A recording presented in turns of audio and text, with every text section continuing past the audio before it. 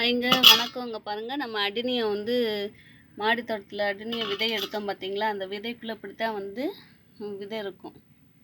இந்த ஓட்டுக்குள்ளே அப்படின்னு சொல்லணும். இங்கே பாருங்கள், இதுக்குள்ளே இருந்த விதைகள் நான் கட்டி வச்சுருந்தேன் பார்த்தீங்களா? எப்படி இருக்குன்னு பாருங்கள். காற்றடிச்சிச்சின்னா பறந்து போகும். இப்போ கூட 2-3 பறந்து போயிடுச்சு.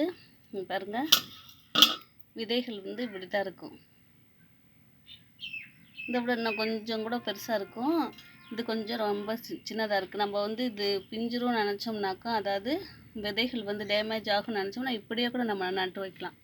இப்படியே வச்சு மண்ணை வச்சிட்டோம்னா போதும். இவ்வளோதான். இன்னும் கொஞ்சம் தண்ணி ஊற்றினா போதும், நமக்கு வந்து செடி வளர்ந்துரும் பாருங்கள். நான் வந்து பெரிய டப்பில் வச்சுருந்தேன். ஆனால் அதில் வந்து நிறைய முளைக்கல, என்னன்னு தெரில. அதனால் நான் தனித்தனியாக வந்து ஒவ்வொரு சின்ன டப்பாலையும் வந்து இப்படி இது மாதிரி மண் போட்டு நட்டு வைக்கலான்னு சொல்லிட்டு எடுத்து வச்சுருக்கேன் பாருங்கள். நல்லா வளர்ந்துச்சுன்னா நான் வீடியோ போடுறேன். ஒவ்வொன்றிலையும் வந்து சின்னதாக இருக்கனால 2 நட்டு வைக்கிறேன். எப்படி முளைக்குதுன்னு தெரில. நம்ம ஒவ்வொன்றா தானே செஞ்சு பார்த்து தான் நம்ம வந்து கற்றுக்க முடியும். நான் போட்டதில் வந்து டப்பில் போட்டு நிறையா போட்டேன். இது வந்து இப்போது ஒவ்வொரு சின்ன டப்பாலையும் 2 போடுறேங்க பாருங்கள். இதில் ஒன்றே போதும். சரி, இருந்தாலும் ஒன்று முளைக்கலைன்னா அப்படின்ற மாதிரி நினச்சிட்டு 2 போடுறேங்க. முளைச்சிச்சின்னா நான் வீடியோ போடுறேங்க. பாய்ங்க.